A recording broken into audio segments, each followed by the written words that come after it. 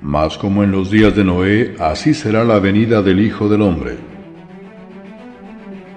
Al referirse al fin de los días, las palabras del Mesías son concisas. Mas como en los días de Noé, así será la venida del Hijo del Hombre. Esta cita del Mesías nos indica que para entender nuestros días, primeramente debemos entender la realidad que se vivía hace 4200 años. Una realidad que usted probablemente desconoce hasta ahora.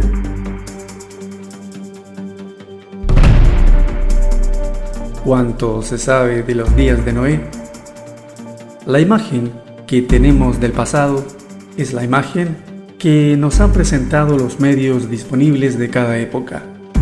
Y en ese aspecto, el mundo actual ha tenido una imagen muy distorsionada de la realidad que vivió Noé. Normalmente sabemos lo que se nos ha enseñado, y lo que se nos ha enseñado es información parcializada. En la segunda carta de Timoteo, Pablo dice que toda la Escritura es inspirada por Dios y útil para enseñar, para redarguir, para corregir, para instruir en justicia, a fin de que el hombre de Dios sea perfecto, enteramente preparado para toda buena obra. Cuando Pablo enviaba esa carta a Timoteo, se refería a escrituras que existían en esa época, escrituras que no aparecen en el canon bíblico que todos conocemos. Libros como Enoc, que no están incluidos en las Biblias, sí son parte del canon oficial de la Iglesia Ortodoxa Etíope y de los judíos etíopes. Para entender qué está sucediendo en nuestro mundo actual y lo que se avecina, acudiremos a ellos. Esos libros nos dan una visión muchísimo más clara y amplia de lo que usted alguna vez haya imaginado.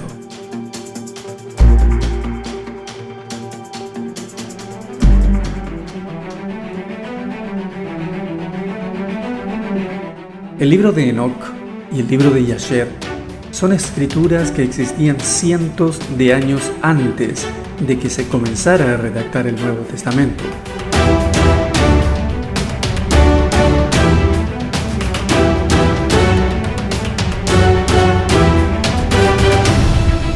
Estos libros cuentan, y particularmente el libro de Enoc, que un número específico de ángeles llamados los vigilantes interfirieron con la raza humana y cometieron intencionalmente abominables delitos ante los ojos del Creador.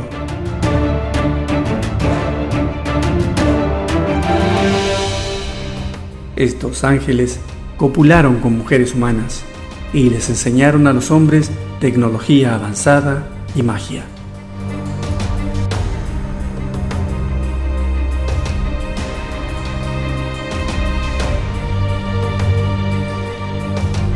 La combinación genética entre esta poderosa raza angelical y las mujeres humanas dio como resultado una nueva raza, una raza híbrida, denominada los Nefilim.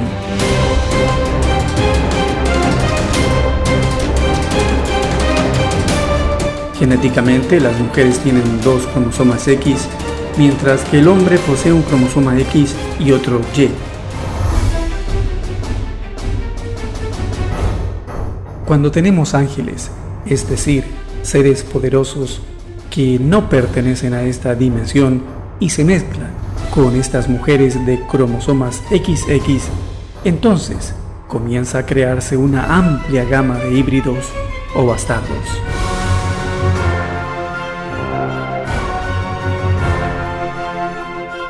Híbridos con un 50% de posibilidades de ser una mujer u hombre normal y un 50% de ser un Nefilim, varón o hembra.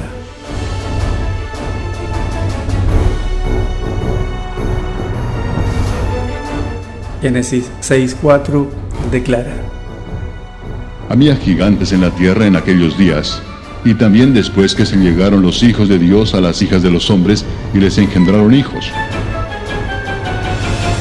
¿A qué días se refiere el escritor bíblico? Esos días son los días de Yared. Y también los había después de qué. Después de los días de Yared. Había gigantes en la tierra en aquellos días, y también después que se llegaron los hijos de Dios a las hijas de los hombres y les engendraron hijos. Estos fueron los valientes que desde la antigüedad fueron varones de renombre. Yared es el padre de Enoc. Enoc, el hijo de Yared, es mencionado 10 veces en el Antiguo Testamento y 2 veces en el Nuevo Testamento. Enoc es el séptimo después de Adán. Él profetizó. De estos también profetizó Enoc, séptimo desde Adán, diciendo: He aquí vino el Señor con sus santas decenas de millares. El libro de Enoc no se encuentra en el canon oficial. El libro de Enoc advierte que es un libro que está escrito para esta generación, no para las generaciones del pasado. De hecho, todo el contenido del mismo, así como el libro de Jubileos o de Yasher, son entendibles desde la perspectiva del siglo XXI. La mayor parte de la información contenida en ellos está basada en fenómenos que solo el hombre actual, entendido en tecnología y genética, puede comprender. Enoc, a los elegidos justos que vivirán en el día de la tribulación, cuando serán rechazados todos los malvados e impíos, mientras los justos serán salvados. El libro de Enoc, así como el libro de Yasher, relatan que los vigilantes, esos ángeles que decidieron copular con mujeres humanas, no solo procrearon descendencia con ellas, sino que además se reprodujeron y experimentaron, mezclando su ADN con el de animales. Y se corrompió la tierra delante de Dios, y estaba la tierra llena de violencia. Y miró Dios la tierra, y he aquí que estaba corrompida, porque toda carne había corrompido su camino sobre la tierra. Los ángeles habían contaminado a todas las especies. Estaban todas infectadas con el ADN de estos ángeles. Habían removido el ADN establecido por Dios en las criaturas vivientes. Esta degeneración, es decir, esta contaminación genética, provocó que Dios decidiera mandar a encadenar a los ángeles que pervirtieron la naturaleza de las especies. Estos ángeles fueron encadenados en prisiones. Estas prisiones se denominan el Tártaro, donde estarían ahí por 70 generaciones. Y a los ángeles que no guardaron su dignidad, sino que abandonaron su propia morada, los ha guardado bajo oscuridad en prisiones eternas para el juicio del gran día, como Sodoma y Gomorra y las ciudades vecinas, las cuales de la misma manera que aquellos, habiendo fornicado e ido en pos de vicios contra naturaleza, fueron puestas por ejemplo, sufriendo el castigo del fuego eterno. Tan grande fue el crimen de estos ángeles que Dios provocó una inundación y un diluvio para eliminar todas las especies que estuvieran contaminadas con el ADN de ellos.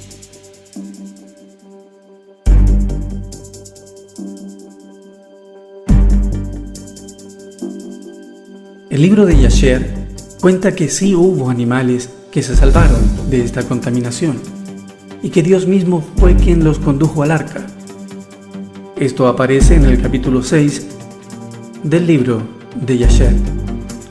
En ese tiempo, después de la muerte de Matusalem, Yahweh dijo a Noah: Ve con tu casa dentro del arca. He aquí, yo reuniré a ti todos los animales de la tierra, las bestias del campo y las aves del aire, todos ellos vendrán y rodearán el arca. Y tú irás y te sentarás junto a las puertas del arca, y todas las bestias, los animales, las aves, se reunirán y se pondrán delante de ti, y tales de ellas, mientras vienen, se agacharán delante de ti. Las tomarás y entregarás a las manos de tus hijos, y las traerás dentro del arca, y todas las que se paren frente de ti, tú dejarás. La primera generación de Nefilim alcanzó una estatura descomunal. De acuerdo al registro bíblico, medían entre 90 y 137 metros de altura. Eran caníbales. Devoraban a los hombres. Las escrituras antiguas relatan que Dios provocó una guerra entre los Nefilim. Lo hizo como castigo hacia sus padres para que los dieran matarse entre sí. Lo hizo antes de encerrarlos en el Tártaro. Y dijo Jehová: no contenderá mi espíritu con el hombre para siempre, porque ciertamente él es carne, mas serán sus días 120 años. Este número de años confirmaría que los hombres pertenecían a su imagen, es decir, a su diseño genético. Y pertenecer a su diseño genético significa que tenemos mente, cuerpo y espíritu.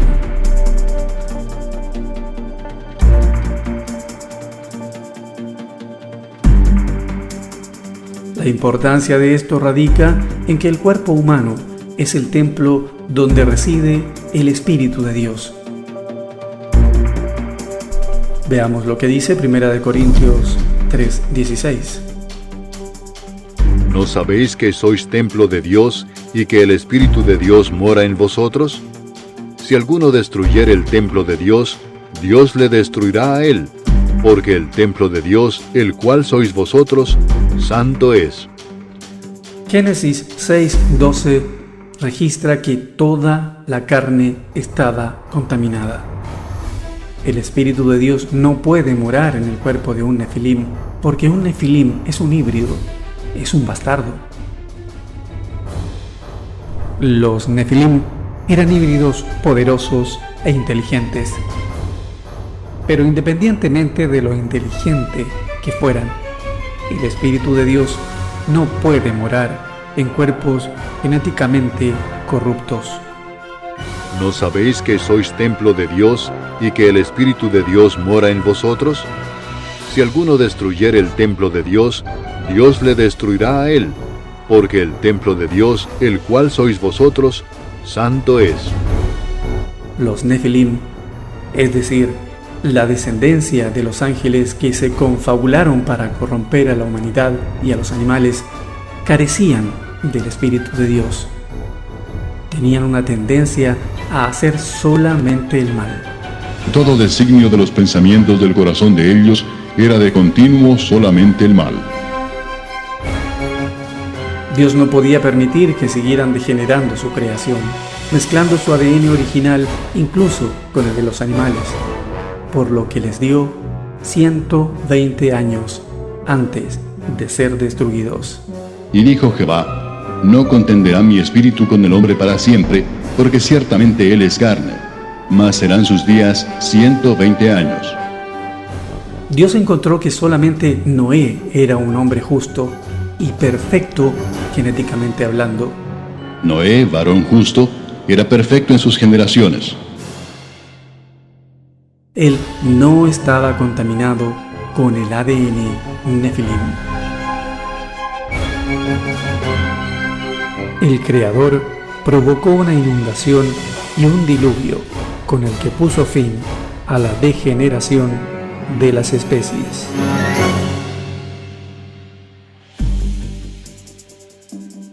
Luego del diluvio, Noé y sus hijos, Sem, Cam y Jafet, junto a sus esposas, fueron los responsables de repoblar la tierra.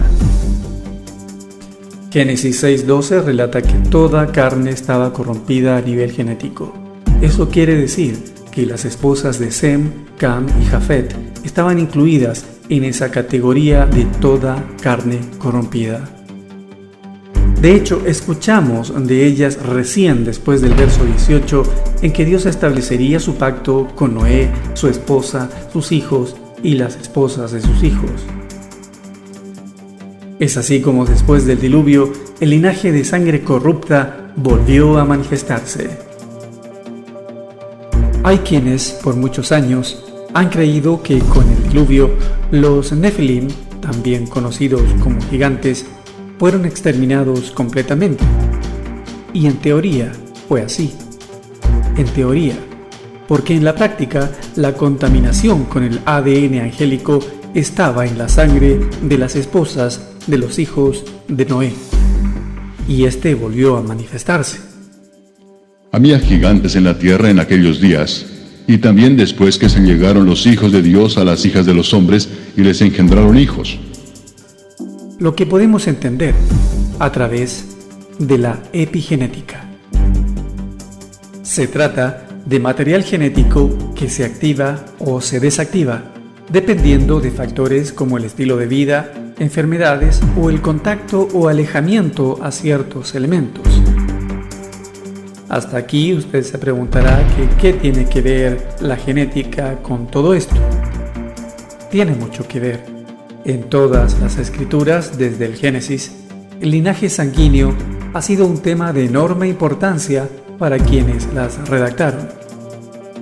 Si hablamos de linaje sanguíneo, estamos hablando de genética, un tema que solo podemos entender en nuestros días, por lo que ponga especial atención. El libro de Génesis relata un suceso que muchos teólogos han entendido mal y que analizaremos y ampliaremos porque tiene mucho que ver con este concepto científico actual, la epigenética. Y los hijos de Noé que salieron del arca fueron Sem, Cam y Jafet. Y Cam es el padre de Canaán. Estos tres son los hijos de Noé, y de ellos fue llena toda la tierra. Después comenzó Noé a labrar la tierra y plantó una viña, y bebió del vino y se embriagó y estaba descubierto en medio de su tienda. Y Cam, padre de Canaán, vio la desnudez de su padre y lo dijo a sus dos hermanos que estaban afuera. Entonces Sem y Jafet tomaron la ropa y la pusieron sobre sus propios hombros, y andando hacia atrás cubrieron la desnudez de su padre, teniendo vueltos sus rostros, y así no vieron la desnudez de su padre. Y despertó Noé de su embriaguez, y supo lo que le había hecho su hijo más joven, y dijo: Maldito sea Canaán, siervo de siervos será a sus hermanos. Dijo más: Bendito por Jehová mi Dios sea Sem, y sea Canaán su siervo. Engrandezca a Dios a Jafet, y habite en las tiendas de Sem, y sea Canaán su siervo. Y vivió Noé después del diluvio 350 años, y fueron todos los días de Noé 950 años, y murió.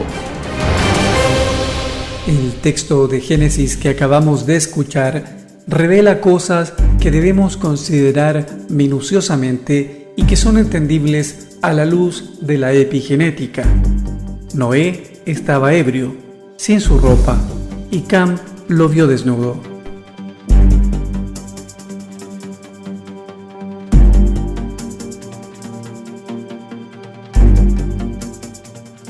Génesis no entra en mayores detalles respecto de la importancia de este texto, lo que ha dado lugar a interpretaciones parcializadas y erróneas. Todos los detalles están en el resto de las escrituras antiguas, y es fundamental conocer esos detalles, porque sólo así podremos entender qué sucedió y qué está sucediendo ahora. Después de la caída del hombre, Dios proveyó de vestimentas que fueron traspasadas desde Adán a Jared, de Enoc a Matusalén y hasta Noé. Prendas que Noé tenía, pero que fueron robadas por su hijo Cam cuando éste se embriagó y estaba desnudo.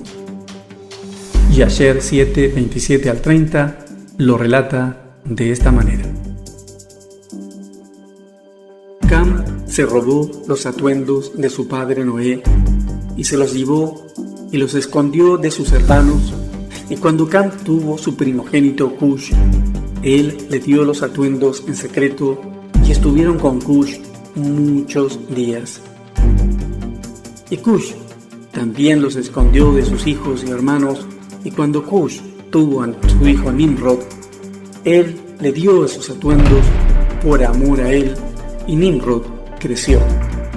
Y cuando tuvo 20 años de edad, se puso sus atuendos, y Nimrod se hizo fuerte cuando se puso esos atuendos, y el Todopoderoso le dio poder y fuerza. En Génesis 9:22 vemos que Cam, el padre de Canaán, aprovechó que su padre Noé estaba ebrio y desnudo en su tienda. Ver la desnudez de su padre significó robarle esas prendas especiales diseñadas por Dios. Entonces Noé maldijo a Cam diciéndole: Maldito sea Canaán, siervo de siervos será a sus hermanos. Canaán en hebreo significa humillado.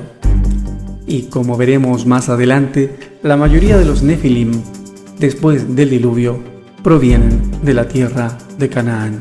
Y Canaán engendró a Sidón su primogénito, a Et, al Jebuseo, al Amorreo, al Gergeseo, al Eveo, al Araseo, al Cineo, al Arbadeo, al Semareo y al Amateo. Y después se dispersaron las familias de los cananeos. Ahora sabemos que todas estas comunidades heredaron los genes X. Algo que también lo confirma Éxodo 34, 6 al 7, que establece que la maldad de los padres pasa de sus hijos hasta la tercera y cuarta generación. Jehová, Jehová, fuerte, misericordioso y piadoso, tardo para la ira y grande en misericordia y verdad, que guarda misericordia a millares, que perdona la iniquidad, la rebelión y el pecado, y que de ningún modo tendrá por inocente al malvado, que visita la iniquidad de los padres sobre los hijos, y sobre los hijos de los hijos, hasta la tercera y cuarta generación. Nos puede sobrevenir la pregunta del por qué Dios eliminó con el diluvio a los Nefilim, si ellos igual volverían a aparecer.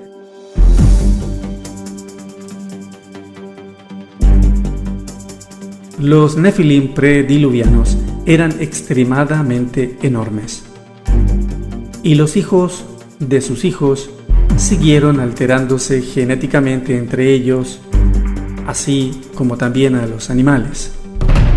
Y vio Jehová que la maldad de los hombres era mucha en la tierra, y que todo designio de los pensamientos del corazón de ellos era de continuo solamente el mal. Dios debió intervenir directamente. Mientras que los Nefilim antediluvianos fueron muertos directamente por Dios, todos los Nefilim postdiluvianos fueron destruidos en las manos del pueblo de Dios. Todos los patriarcas postdiluvianos como Abraham, Gedeón o Josué tuvieron el privilegio de trabajar con Dios y demostrar a toda la humanidad su poder. Esto explica el por qué Dios ordenó exterminar hombres, mujeres, niños e incluso los animales de ciertas tribus. Todos estaban genéticamente contaminados. Se trataba de híbridos, de bastardos, no de seres humanos. A estos Nefilim postdiluvianos también se les conoce como Rafaim o Rafaitas. Lamentablemente, en las traducciones de los textos bíblicos al español, simplemente se usó la palabra gigante sin diferenciarla de Nefilim, lo que nos limita al momento de comprender ciertas características de estos Nefilim de segunda generación. Rafa, en hebreo, significa curar o sanar, lo que quiere decir que estos Nefilim postdiluvianos poseían además la capacidad de regenerarse o autosanarse. Este detalle semántico es muy importante porque además nos explica el por qué David cortó la cabeza del Nefilim Goliat. Todo parece indicar que podían volver a la vida, aun cuando recibieran una herida mortal. Estos nefilim postdiluvianos eran más pequeños en estatura, medían de 3 a 15 metros. Goliat medía casi 3 metros. Según Deuteronomio 3:11, otro nefilim fue Og, el rey de Basán, que medía 9 codos, es decir, 4 metros de altura. Y Jehová nuestro Dios entregó también en nuestra mano a Og, rey de Basán, y a todo su pueblo, al cual derrotamos hasta acabar con todos. Y tomamos entonces todas sus ciudades, no quedó ciudad que no les tomásemos. 60 ciudades, toda la tierra de Argob, del reino de Og en Basán. Todas estas eran ciudades fortificadas con muros altos, con puertas y barras, sin contar otras muchas ciudades sin muro. Y las destruimos como hicimos a Sehón, rey de Hesbón, matando en toda ciudad a hombres, mujeres y niños. Y tomamos para nosotros todo el ganado y los despojos de las ciudades. También tomamos en aquel tiempo la tierra desde el arroyo de Arnón hasta el monte de Hermón, de manos de los 2 reyes amorreos que estaban a este lado del Jordán. Los sidonios llaman a Hermón Sirión, y los amorreos Senir. Todas las ciudades de la llanura y todo Galaad, y todo Basán hasta Salca y Edrei, ciudades del reino de Og en Basán. Porque únicamente Og, rey de Basán, había quedado del resto de los gigantes. Su cama, una cama de hierro, ¿no está en Rabá de los hijos de Amón? La longitud de ella es de 9 codos, y su anchura de 4 codos, según el codo de un hombre. Otra característica de estos nefilim de segunda generación es la polidactilia, es decir, que poseían 6 dedos en las manos y también 6 dedos en los pies.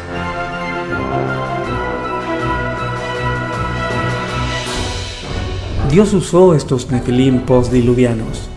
Él sabía que serían malvados por naturaleza. Los usó para entrenar a su pueblo y demostrar su poder.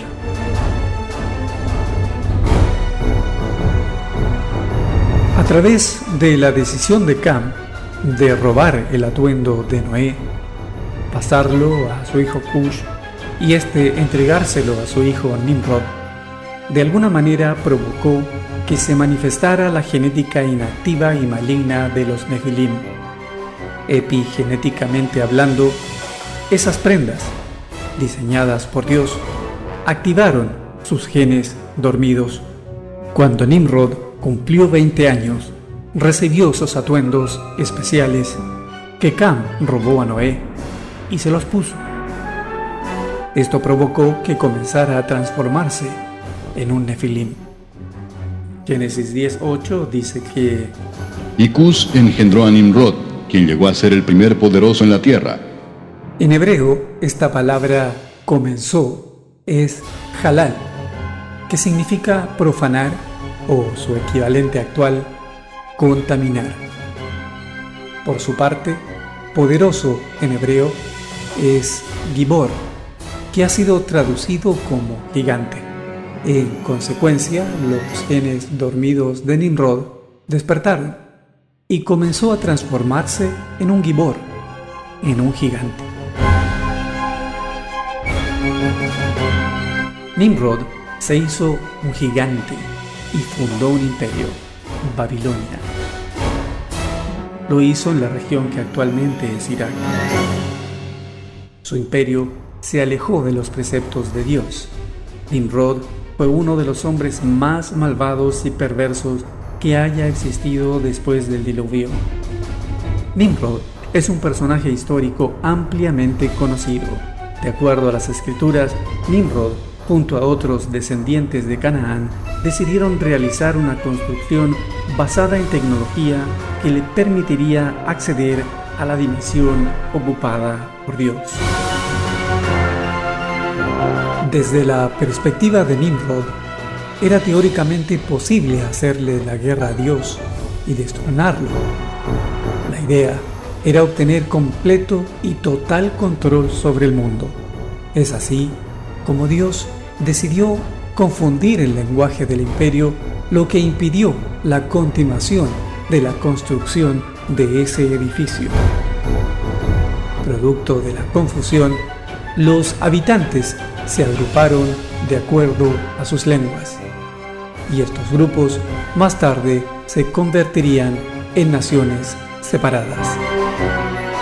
La historia de Nimrod pasó a formar parte del relato histórico de estas naciones, las cuales más tarde se contarían como leyendas a través de las civilizaciones.